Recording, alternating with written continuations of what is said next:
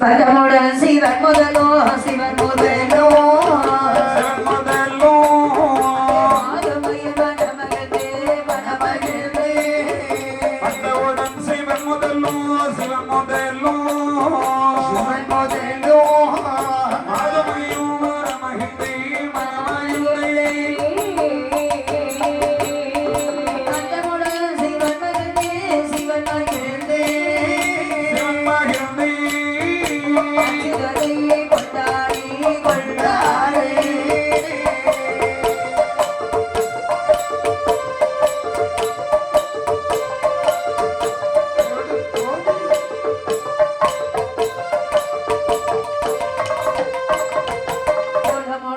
வந்த மண்ணை வந்த மண்ணை வந்த மண்ணை கூடினாலே வங்கு வைத்தார் வங்கு வைத்தார் வந்த மண்ணை வந்த மண்ணை வந்த மண்ணை ஒரு நாளை வங்கு வைத்தார் வங்கு வைத்தார் வங்கு வைத்த போது நாகமெல்லாம் சுருங்கிடுமா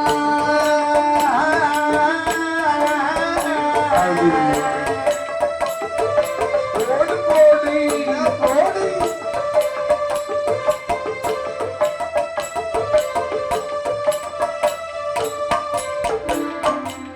ஞானமதில் நீ சுருங்கி நீ சுருங்கி நீ சுருங்கி நாமெல்லாம் கைதை வரே கைதை வரே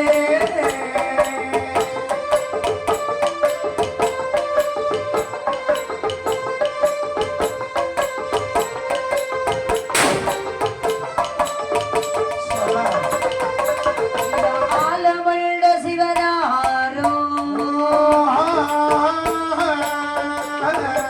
அம்மையேரோ அங்கிருக்கே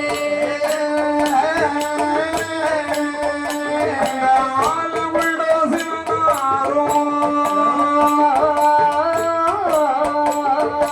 அம்மை அம்மை அங்கிருக்கே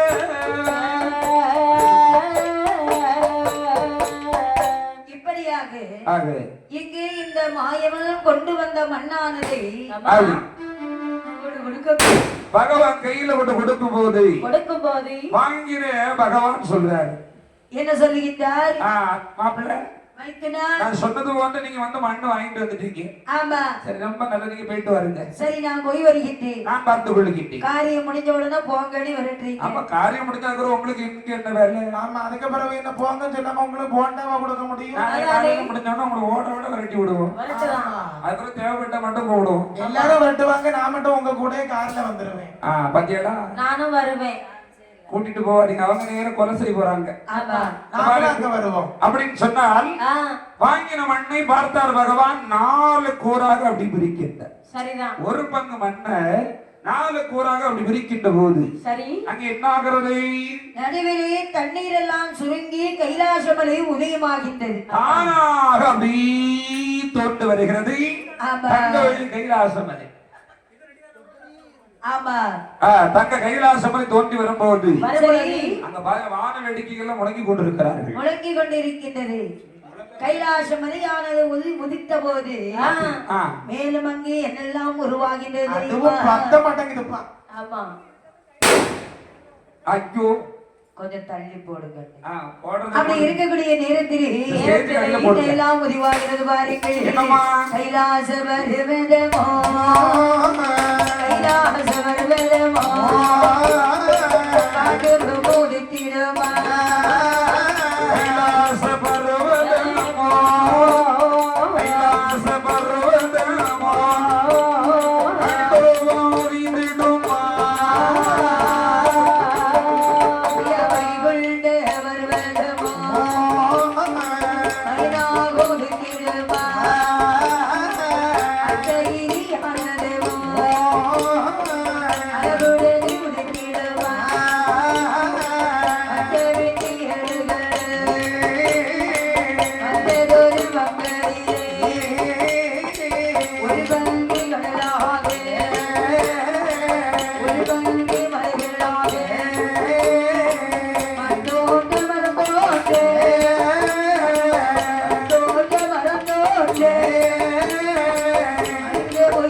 தோன்றே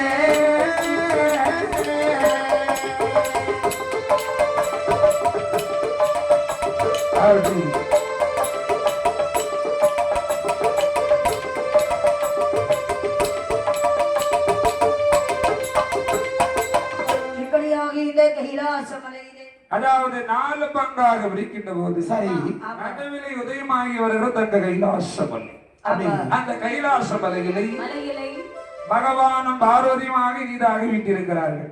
இப்படி இருக்கும்போது ஒரு பங்கு மண்ணை எடுத்து வானமாகவே படைக்கின்றார், வானத்தை படைக்கிறார். இன்னொரு பங்கு மண்ணை எடுத்து 7 கடல்களாக படைக்கின்றார், இன்னொரு பங்கு மண்ணை எடுத்து மலைகளாக படைக்கின்றார், இன்னொரு பங்கு மண் இருக்குது. இந்த உலகமெல்லாம் படைக்கின்றார். பாருங்க, இந்த உலக கைலாசம் தோன்றி விட்டது, வானம் தோன்றி விட்டது, அதாவது பூமி தோன்றி விட்டது, மலைகள் தோன்றி விட்டது, கடல்கள் எல்லாம் தோன்றி விட்டது. ஆனா இந்த உலகம் தோன்றியாச்சு. சரி, இந்த உலகத்தை ஆழ்வதற்கு ஜீவதந்தங்கள் வேணும் இல்லையா? வேணும். சும்மா இந்த உலகத்தை படைச்ச எனக்கு ஒரு பிரயோஜனமும் இல்ல. இந்த உலகத்தை ஆழ்வதற்கு அழகாக உயிரினங்களை படைக்க வேண்டும். அப்படி என்று இவர் எல்லாம் படைத்து விட்டு அந்த உதிர்ந்த மண் இருக்கு பாருங்க. ஏன்னா பார்க்கும்போது எல்லா மண்ணும் எடுத்தாச்சு. கொஞ்சம் போல உதிரி மண் இருக்கு. இவ்வளவு உதிரி மண் தானே இருக்குது. சரி, உயிரினத்தை படைப்போம் என்று சொல்லி அந்த உதிரி மண்களை எடுத்து இந்த உலகத்தில் உள்ள உயிரினங்களை எல்லாம் அப்படியே படைக்கின்றார். பாத்தீங்களா, இந்த உயிரினங்கள்லாம் மண்ணுல தான் தோண்டி இருக்கும். நம்ம மண்ணுல பிறந்த நாம கடைசி இந்த மண்ணுக்கு தான் சொந்தமாகிறோம். அப்படிதானே? நீ பெரியவன், நான் பெரியவன், நீ உயர்ந்தவன், நான் தாழ்ந்தவன் அப்படின்னு எல்லாருக்கும் போட்டி பொறாம இருக்கு. ராத்திரி தூங்குறவங்க காலையில முளைச்சாத்தா ஐயா உண்டு. அப்படியா? தூங்க போறதுக்கு முன்னாடி இருந்தா பாத்துக்கிட வேண்டியது சொல்ல முடியாது. ஏன்னா நிரந்தரம் இல்லாத வாழ்க்கை இந்த வாழ்க்கை. எங்க ஊர்ல முந்தா நாள் ஒரு ஆளு நான் சும்மா போய் தூங்க போறேன்னு சொல்லிக்கிட்டு தான் போனாங்களாம். சரி, அவங்க ஒய்ஃபு கிட்ட சொல்லிக்கிட்டு ஒன்ன பாத்துட்டு போயிருப்பாரு. என்ன பாக்கலையா? பொண்டாட்டி காலையில போய் எழுப்பி பார்த்திருக்காங்க, ஆளு எழும்பவே இல்லை. கண்டிப்பா இதுதான் உலக வாழ்க்கை. ஆனா யாருக்காவது தெரியுதா நமக்கு? ஆமாமா, யாருக்கு தெரியாது. அதனால இந்த வாழ்க்கை என்னைக்குமே நிரந்தரம் இல்லாத வாழ்க்கை. இருக்கிற காலம் வரைக்கும் எந்த ஒரு சண்டை சத்திரம் இல்லாம, போட்டி பொறாமை இல்லாம சந்தோஷமா வாழ்ந்துட்டு போயிட்டே இருக்கணும். சரிதான். கொடுத்திருக்க வாழ்க்கையை நல்லா வாழணும் ஐயா. அவனை வாழ மாட்டான், அடுத்தவங்களே வாழ விட மாட்டான். அந்த தத்துவம் எல்லாமே நம்ம கொலைக்கார தம்பிக்கு தான் சொல்லி கொடுக்கணும். நான் சொன்னது யாருக்குன்னு அவருக்கு தெரியும். அவனும் வாழ விட மாட்டான், என்னையும் நல்லா வாழ விட மாட்டான். என்னம்மா, அவங்க அவங்களுக்கு மனசுல எப்படி தோணுதோ அப்படி வாழுங்க. சரி அம்மா, அதுக்காக நான் மட்டும் வாழணும்னு நினைக்காதுங்க. அப்படி யாரும் வாழ முடியாது. இந்த உயிரினங்களை எல்லாம் படைத்து புதிதாக தோன்றி தங்கவெள்ளி கைலாசமலையிலே பகவான் பார்வதி இனிதாக வைத்திருக்கிறார்கள். இப்படியே நான் உலகையெல்லாம் படைத்து நாதாக்கள் வீட்டு இருக்கக்கூடிய நேரத்தில் இருந்தார் கையிலை பரமசிவன் என்றென்றும் இருந்தார் போலே அறிந்தா முலையும் சிவன் பெரிது அலையாதே நான் பெரிதனே அறிந்தே உலகம் அறிவதென மகாதேவர் அறியாத பொருள் திறந்தே சிவனும் பார்வதியும் தேவர் வணங்க இனி திருந்தார்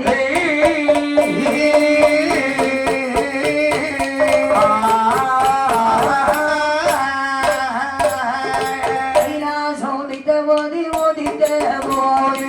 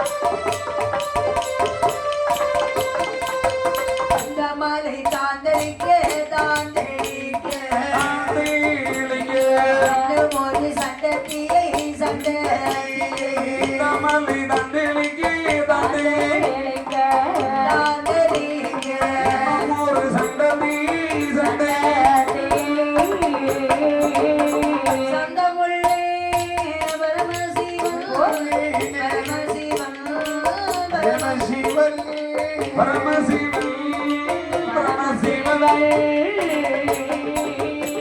தானாகவே விரவி செய்தார் விரவி செய்தார் விரவி செய்தார்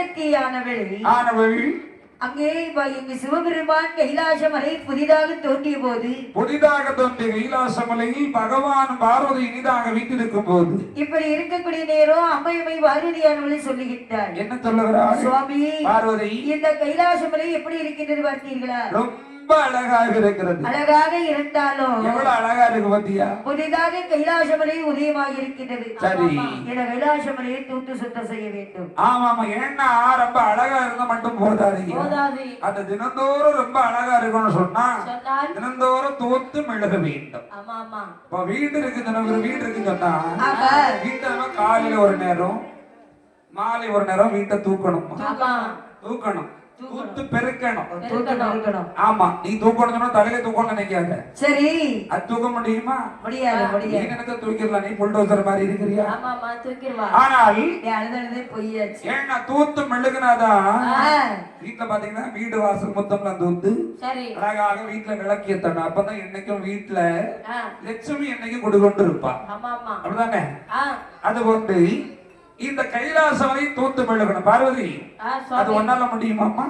சுவாமி, என்னால முடியாது. ஒன்னால முடியாதுன்னு சொல்லியாச்சு. ஒன்னாலையும் முடியாதுன்னு சொன்னா இந்த பூலோகத்துல எந்த பெண்களாலையும் முடியாது. முடியாது, முடியாது. அப்படிதானே? ஆமா. அப்ப ஆண்களால முடியுமா? ஆண்களால முடியாது.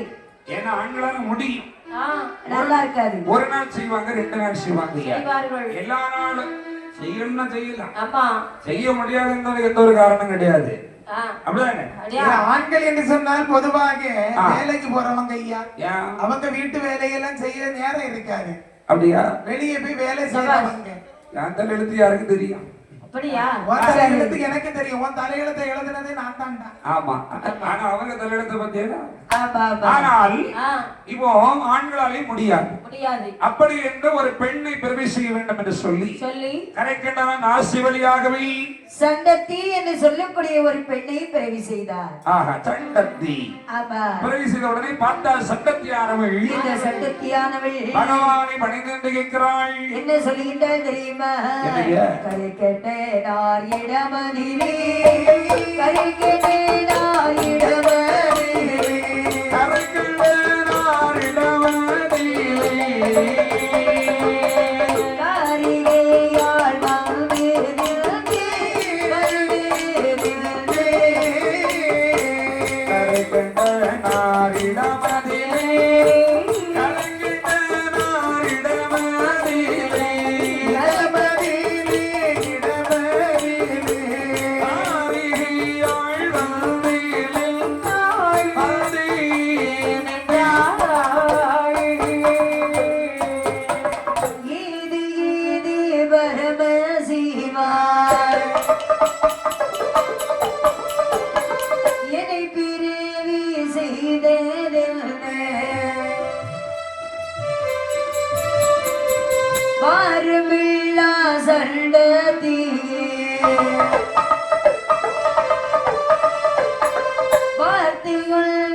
சொல்ல கேளு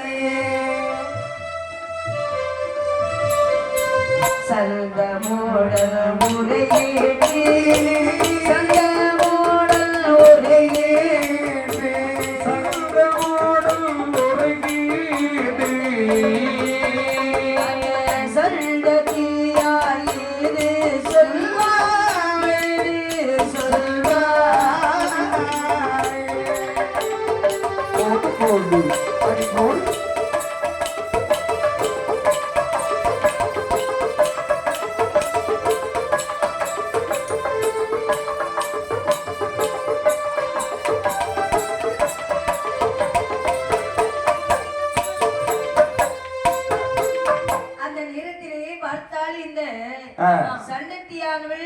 முழுவதும் பகவானை அடிவணங்கி சொல்லுகிறார். பகவானை பணிந்து சொல்லுகிறார். அப்பா என்ன சொல்றாள்?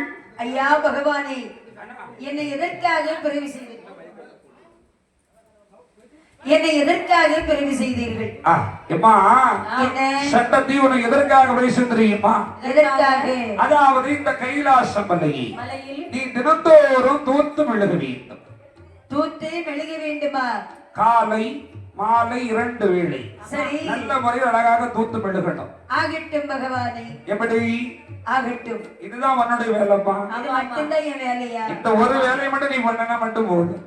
அது மட்டும் இல்ல, பார்வதிக்கு பக்கத்துல இருந்து நீ பணிவிட செய்யணும். செய்ய வேண்டும். வேலைதான்.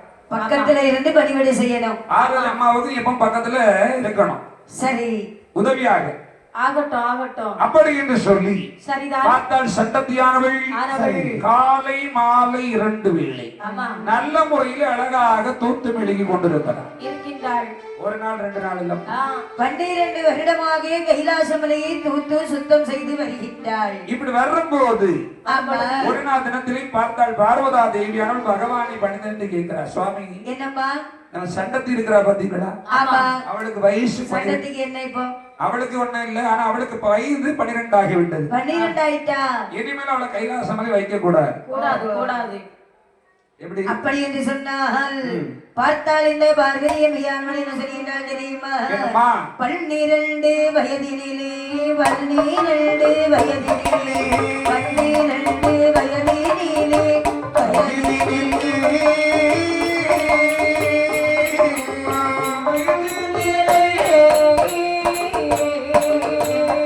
காவை நல்லா திருமோந்தாள்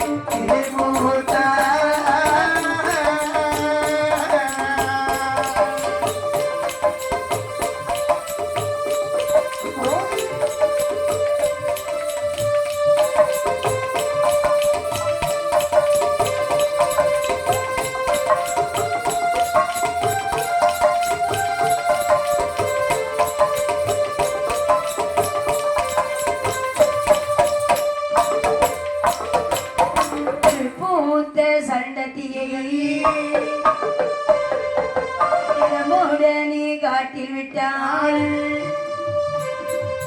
கருத்துடனே தான் இருக்கு. கை கேண்டினார் ஏது சொல்வார்? அருமறையே அருவல் அருமறையும் தானொருவன் அருமறையும் தானொருவன் தானொருவன்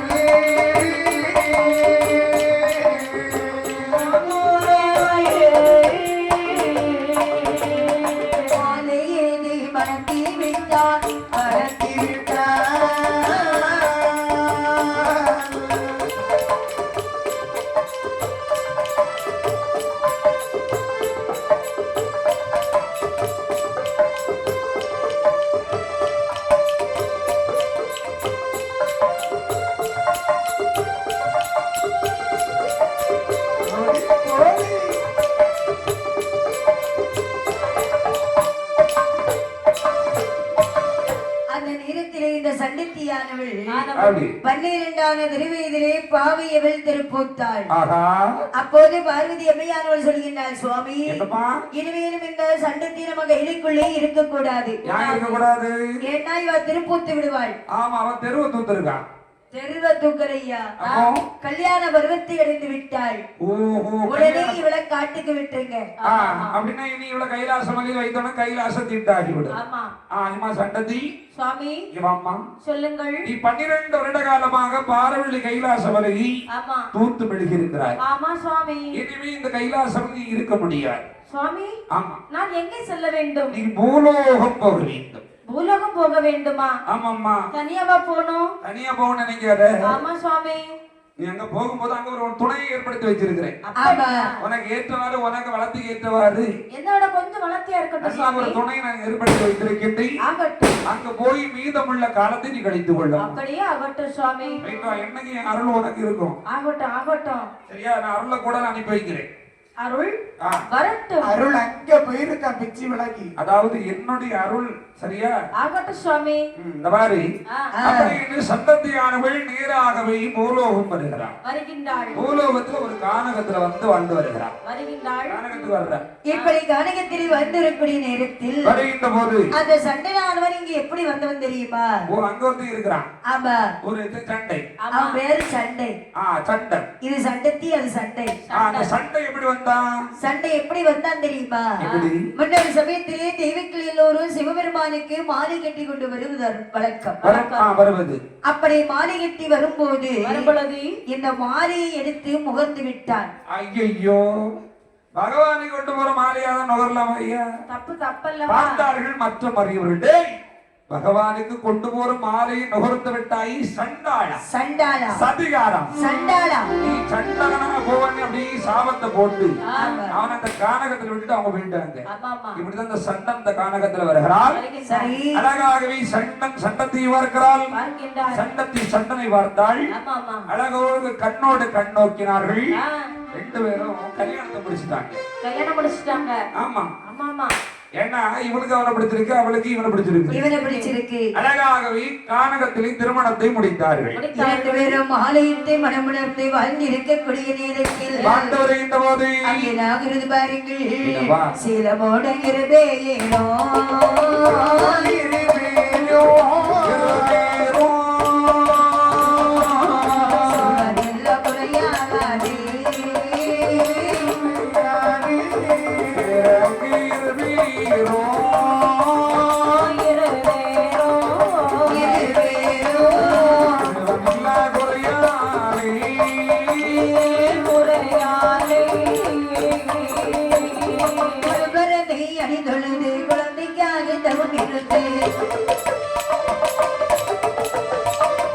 ஒரு சூழில் 7 பிள்ளை ஒன்றோடி அழைத்தெடுத்தாள். பெற்றெடுத்தே வளருத்தே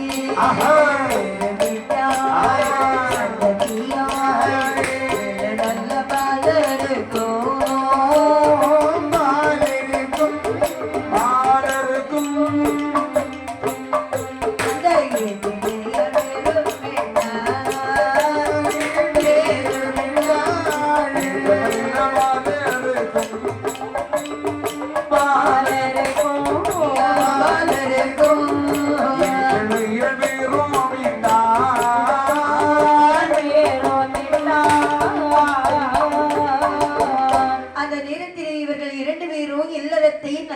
நடத்தி வந்தாலும் வரும்போது இவர்களுக்கு குழந்தை இல்லாத காரணத்தினால் ஆண்டவனை அனுதினமும் வேண்டுகிறார்கள். அனுதினமும் அடிதொழுது வேண்டியிருக்கின்றார்கள். ஆமா, அந்த காலத்துல ஆண்டவனை வேண்டனா உடனே கேட்டது கிடைச்சிருது. ஆமா, இப்பெல்லாம் வேண்ட கிடைக்குதா? இப்பெல்லாம் நிறைய பேர் சாமியை வேண்டதே கிடையாது.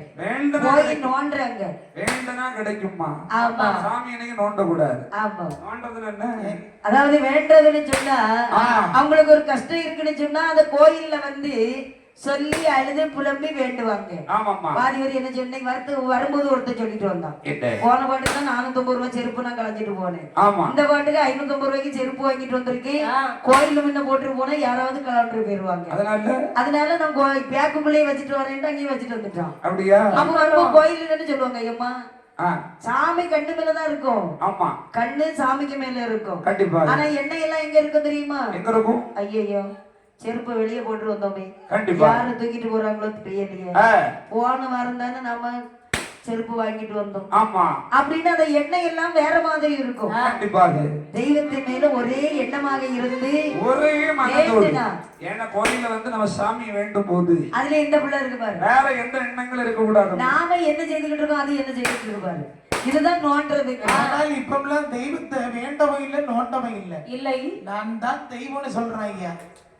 ஆமா, இது நிறைய நடக்குது. நிறைய பேர் பாத்தீங்கன்னா கோயிலுக்கு வந்தா எப்படி சண்டை எடுக்கலாம், ஆமா, எப்படி அந்த கோயில் கூட நிறுத்தலாம், சாமி நின்னா விட முடியுமா? ஆனா என்னைக்குமே அவங்களுக்கு என்னைக்கு இருப்பிட இருக்காதும்மா. ஆமா, அது போட்டு சண்டையை போட்டு ஒரு ஊர்ல கோயில் கூடயே நிறுத்திட்டாங்க.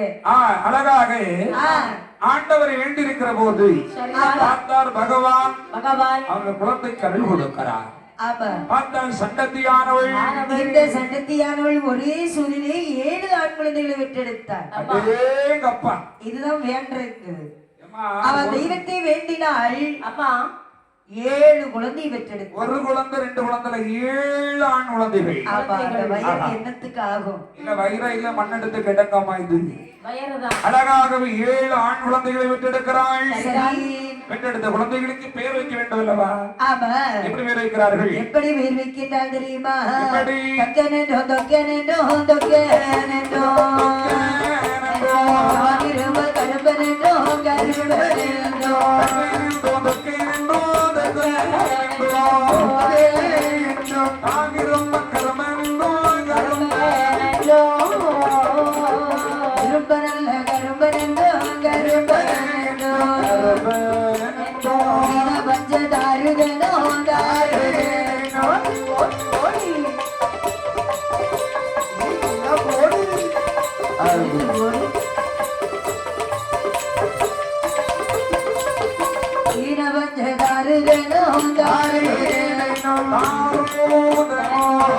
சொல்லி வேறுவிட்டாள்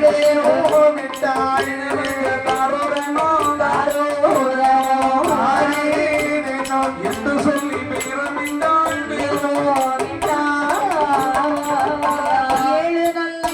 7 நல்ல வாழருக்கும்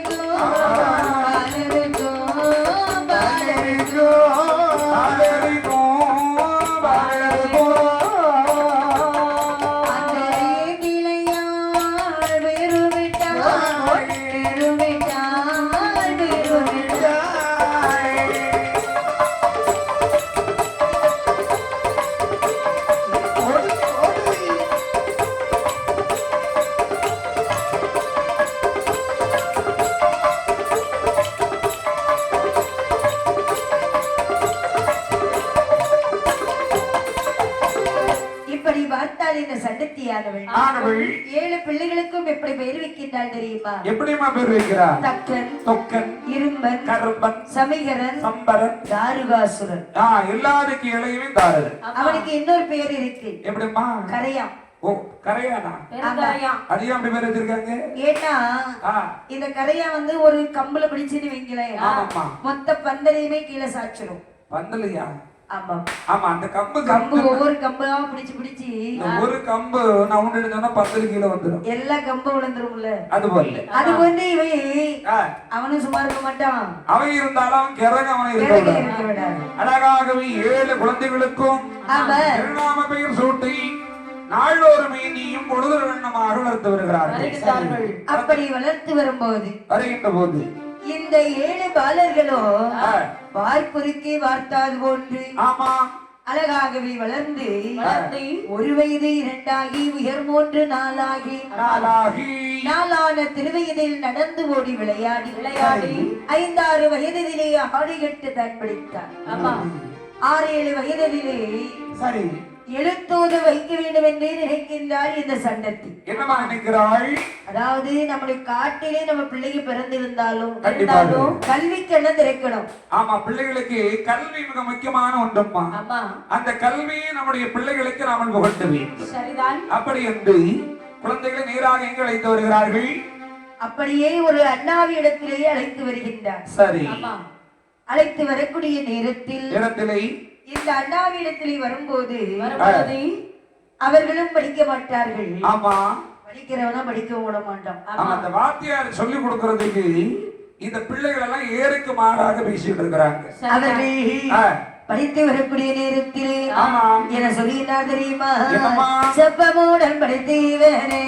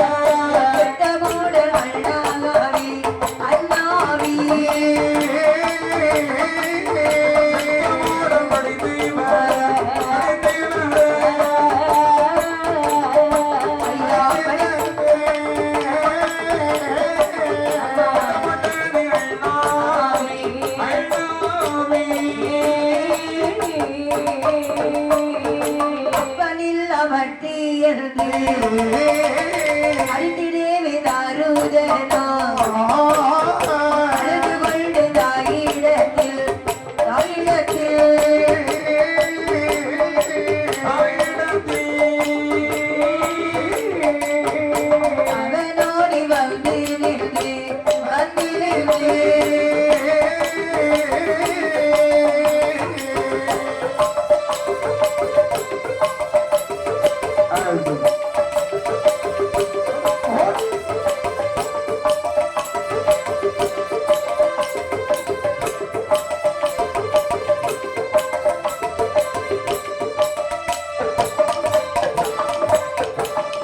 அந்த நேரத்திலேயே வாத்தியார்கிட்ட படிச்சிட்டு வந்தாங்க பாருங்க. இந்த 7 பிள்ளைகளும் அவனும் படிக்க மாட்டான், படிக்கிறவனும் படிக்கவும் விட மாட்டான். அதாவது வாத்தியார் பாடங்கள் ஒன்றாக சொல்லி கொடுக்கும் போது அவன் ஐயா வாத்தியாரே என்னம்மா வணக்கம். ஓ நீங்க தான் பிள்ளைகளா? அவன் நாங்க தான் 7 பேரும் பிள்ளைங்க. ஐயா வணக்கம் ஐயா. வணக்கம்ப்பா. யோ வாத்தி வணக்கம். வாத்தி வணக்கம்மா. அம்மா உருப்படாம போயிருவேன். அப்படி என்று பார்த்தார் வாத்தியார் பிள்ளைகளுக்கு பாடம் சொல்லி கொடுத்துட்டு இருக்கிறார். ஒன்று வந்தா சொல்லி கொடுக்கும் போது இந்த வாத்தியாருக்கு சொல்லி கொடுக்கறதெல்லாம் நீங்க பேரெல்லாம் கேட்கலையா ஐயா? பேரெல்லாம் கேட்கலப்பா. ஆகட்டும். அதாவது இந்த வாத்தியார் சொல்லி கொடுக்க இந்த பிள்ளைகள் ஏறுக்கு மாறாக சொல்றாங்க. ஏன்னா அவர் சொல்லி கொடுக்கறத கேட்டு படிக்க மாட்டான். கேட்டு படிக்க மாட்டான். ஏன்னா அசுர குலத்துல பிறந்தவங்க இல்ல. அசுர பிள்ளைகள் பாத்தீங்களா? அவங்க கேட்காம இருக்கிறாங்க. வாத்தியாரு ஒரு நாள் சொல்லி கொடுக்கறாரு, 2 நாள் சொல்லி கொடுக்கறாரு. வாத்தியாரு கோவம் வருமா வராதா? வரும். ஏன்னா ஏற்க மாற சொல்லும் போது கோவம் வருமா வராதாமா? கொஞ்சமா வரும். பார்த்தார் வாத்தியாரானவர் ஒரு நாள் தினத்திலே அப்பனில்லா வட்டி வைக்க அனாத நாயில போங்கடா வெளியே வீட்டு விட்டு வெளியே போங்கடா சொன்னோடனே பார்த்தார்கள் இந்த தாரிகாசுரன்மார்கள். தம்பி வாத்தியார் நம்மளை பார்த்து என்ன சொன்னார்? அப்பனில்லாத பட்டி மக்கா என்று சொல்லிவிட்டார். அப்பனில்லாத பட்டி மக்கா வெளியே போங்கடா நாய்களை என்று சொல்லிவிட்டாரு. அப்படின்னா பட்டினா என்னடா? அப்படின்னா நம்ம நாய்க்கடை பிறந்தோம் அப்படின்னா இந்த வாத்தியார சும்மா விடலாமடா? விடவே கூடாது. முதல்ல இந்த வாத்தியார பிடிச்சி வேற மரத்துல கட்ட வேண்டும். இந்த வாத்தியார அடித்தால் மட்டும் நமக்கு இந்த விஷயம் முடிஞ்சிடாது. நம்ம அம்மாட்ட போய் நம்ம அப்பா யார் என்று முதல்ல கேட்க வேண்டும். போகலாமா? அப்படி என்று ஓடி ஓடி வந்து அந்த இடத்திலே என்ன கேட்கிறார்கள் தெரியுமா? ஏ அம்மா பழுது மேடாயிருந்தாயே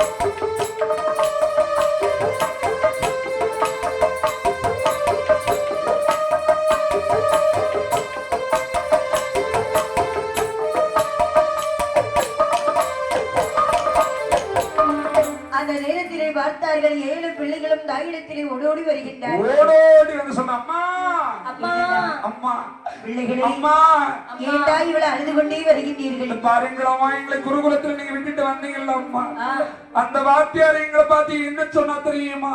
என்னடா சொன்னாங்க? அப்பனில்லாத பட்டி மக்கா வெளியில போங்கடா என்று சொல்லிவிட்டார் அம்மா. நீங்க ஏதாவது பண்ணீங்களா? பாருங்கம்மா என்னடா? நாங்க வாத்தியார் சொன்னது அப்படி கேட்டு கேட்டு அவர் சொன்ன மாதிரி சொன்னோம். வாத்தியார் சொன்னது சொன்னாங்க. ஏண்டா அவர் உங்களை அப்படிலாம் பட்டி மக்கானே அடிக்க போறாரு? அவர் என்னெல்லாம் சொல்றாரு அதை அப்படியே கேட்டு நாங்க சொல்லிக்கிட்டே இருந்தோம். அவர் சொன்னது அப்படியே சொன்னீங்களா? திருப்பி திருப்பி சொன்ன பாத்தீங்களா? என்ன பார்த்து கீழே இருடான்னு சொன்னாரப்பா. நானும் அப்படியே பார்த்து கீழே இருடான்னு அவரை சொல்லிட்டேன். அறிகிட்டான வாத்தியார் யாராவது அப்படி சொல்லுவாங்களாடா? அவர்தாம்மா சொன்னாரு நான் சொல்றதை கேட்டு அப்படியே சொல்லணும்னு. பாருங்க நாங்க இப்படி எல்லாம் சொன்ன பாத்தீங்களா? வாத்தியாருக்கு கோபம் வந்து அப்பனில்லாத பட்டி மக்கா வெளியில போங்கடா என்று சொல்லிவிட்டார் அம்மா. சரி அது இருக்கட்டும். அப்படி என்று சொன்னா எங்க அப்பா யாரம்மா? அப்பா பிள்ளைகளே, உங்களை பெற்ற தந்தை சண்டனாக இருந்த போதிலும் அவர் எங்க இருக்காரு? அவர் செத்து போயிட்டார். ஐயோ மரிச்சு போனார். ஆனால் அப்பா இல்லையம்மா. அப்பா இல்லடா பிள்ளைகளே. ஐயோ ஆனா உங்களுக்கு மட்டும் இல்ல, இந்த உலகத்துக்கே தந்தை நம்மை படைத்த சிவபெருமான் தான். ஆதி சிவன் தான் உங்களுடைய அப்பா. ஆதி கரைக்கின்ற பகவான் நம்முடைய அப்பன் என்று சொன்ன தம்பி அண்ணா, ஆதி கரைக்கின்ற பகவான் நமக்கு அப்பன் என்று சொன்னால் அவரை நோக்கி நாம் தவம் இருந்து அரிய பெரிய வரத்தை எல்லாம் வாங்க வேண்டாம் அண்ணா. போகலாமா? நாமல் தவம் இருக்க வேண்டும் என்று பார்த்தார்கள். தாரகா சுரமார்கள் 7 பேர்களும் அழகாக தவம் இருக்க வேண்டும் என்று வருகிறார்கள். தவம் இருக்க வேண்டும் என்று எப்படி வருகின்றார் பாருங்கள். பலகையினை புறமதிலே புறமதிலே அந்தினின்று தாருதனோ தாருதனோ பலகையினை புறமதிலே புறமதிலே புறமதிலே அந்தினின்று தாருதனோ தாருதனோ ரமணியோ ஈஸ்வரரே ஈஸ்வரரே ஈஸ்வரரே உடனே தான் தொழுது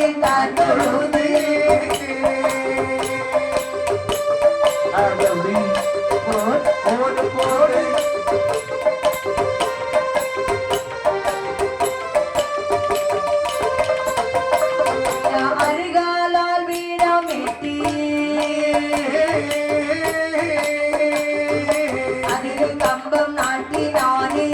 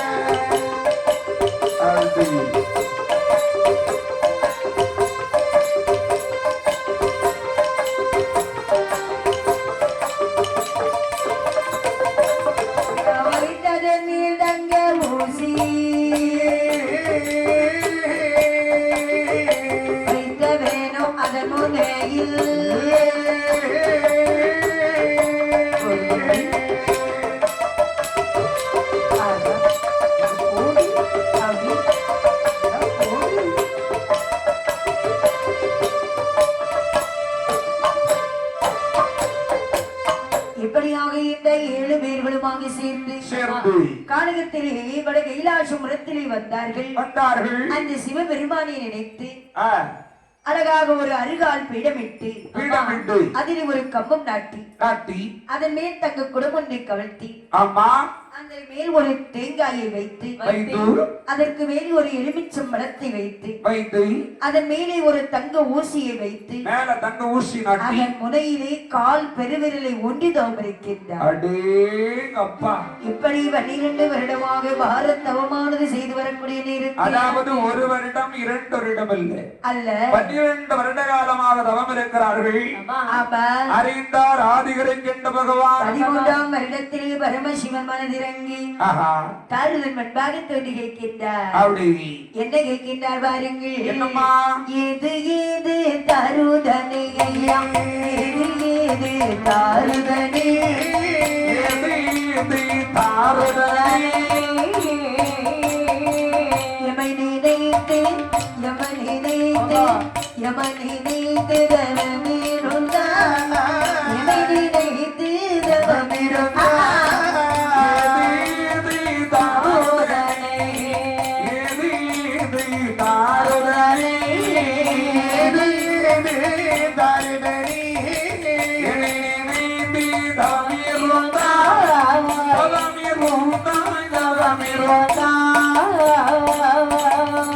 மதுமையால்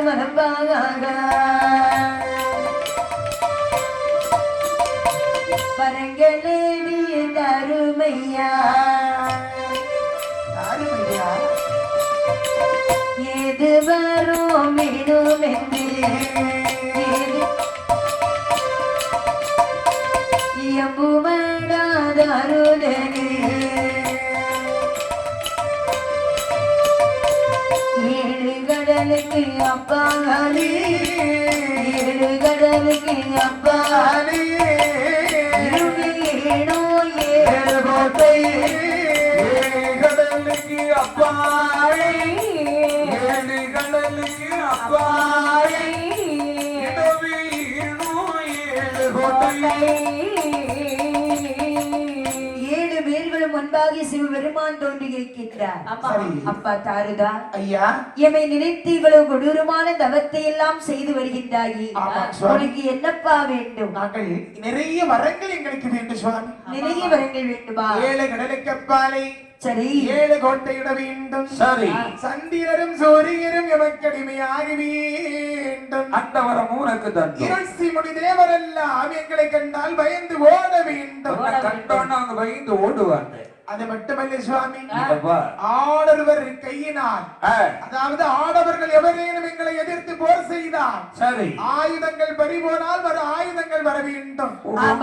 ஆயுதம் வேண்டும் சொன்னா மறு ஆயுதம் உடனே வர வேண்டும். அது மட்டுமல்ல சுவாமி, இந்த உலகத்தில் அழிவு என்பது எங்கள் 7 பேருக்கு வரக்கூடாது. எளியா வரும் சாகா வரம் கொடுங்கள் இறைவா. தாரக அசுரன்மார்களை சுவாமி, அதாவது இதுவரை நீ எத்தனையோ வரங்கள் கேட்டிருக்கிறீங்க. சரி, எல்லா வரங்களும் உனக்கு கொடுத்திருக்கிறீங்க. இதையும் கொடுத்துருங்க. ஆனால் சாக்காரம் இல்லாத வரம் கேட்கிறவதிய ஆமா, அது மட்டும் கொடுக்க முடியாது. அப்படியானால் ஏன்னா சரி, இந்த உலகத்துல பிறப்புன்னு ஒண்ணு இருந்தால் பிறப்பு நிச்சயமாக நடக்கும். அப்படி என்று சொன்னால் அதனால அந்த ஒரு வரத்தை நீ மாற்றிக்கிடும். இத பாருங்க சுவாமி, ஆடவர் கையினால் அழியாத வரங்கள் வேண்டும். ஓஹோ, ஆணொருவர் கையாலே அழியாதவர். அவன் பெண்ணை மறந்தான். பெண்ணை ஆமா வீரமாகவே நினைக்கவில்லை, ஏன்னா கஷ்டத்தனமாகவே நினைத்து விடுகின்றான். பெண்கள் நம்மளை என்ன செய்ய முடியும்?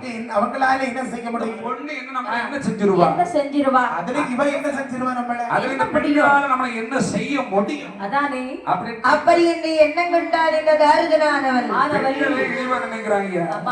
ஏன்னா பெண்கள் இவள் ஒரு தீ. தீ என்ன? இவள் ஒரு தீ. அதே நம்ம கூட்டத்துல 5 பேர்கள் ஆண்கள் இருக்கிறோம். 5 பேரை இவ ஒருத்திய கொளுத்திடுவாங்க. இவ ஒருத்திய ஆட்டி படுத்துருவா. ஒரு தீ குச்சி தான். இவ ஒரு தீன்னு சொன்னா எதுக்குமா உதவும்? உனக்கு ஒரு டிபன் பாக்ஸ் சீக்கிரம் வரும். ஏமா தீ எதுக்கு உதவும்? அண்ணே, அடுப்பு கொளுத்துறதுக்கு உதவும் அண்ணே. அடுப்பு கொளுத்துறதுக்கு? ஆமா, பாத்தியா, முதல்ல கொளுத்துறதுன்னு சொல்றா. அடுப்பு பத்த வைக்கிறதுக்கு, பத்த வைக்கிற விளக்கு ஏத்துறதுக்கு, தீபம் ஏத்துவதுக்கு, ஆமா ஆமா, வீட்டுல வெளிச்சத்தை கொடுக்கறது. ஆமா, கல்யாணம் முடிஞ்சு வரும்போது ஒரு புத்துலக ஒரு சைஸ்ல கொடுத்திருப்பாங்க. ஏன் வளர்க்கற சொன்னாங்க அண்ணே? அது என்னைக்காவது தேய்ச்சி எடுத்து பரிமாறி என்னைக்காவது விளக்கு ஏத்திருக்கியாமா? அவரே இல்ல அண்ணே. பாத்தியா, அது என்னைக்கு அங்கனத்துக்கு மேல கிடக்கும். ஆமா, அதானே? அதை எடுத்து நீங்க விளக்கு ஏத்திருப்பீங்கன்னு சொன்னா குடும்பம் இன்னும் மேல மேல நல்லா இருக்கும். ஆகட்டும் ஆகட்டும் அண்ணா. உங்க சைஸுக்கு வாங்கினா மட்டும் போதாது, போதாது, அத பராமரிக்க தெரியும். சரி சரி, அப்படி என்று அதாவது ஆண்டவர் கையினால் அழியாத வரங்களை தாரும் என்று தொழுது நிற்கின்றார். வரமானது கேட்ட போது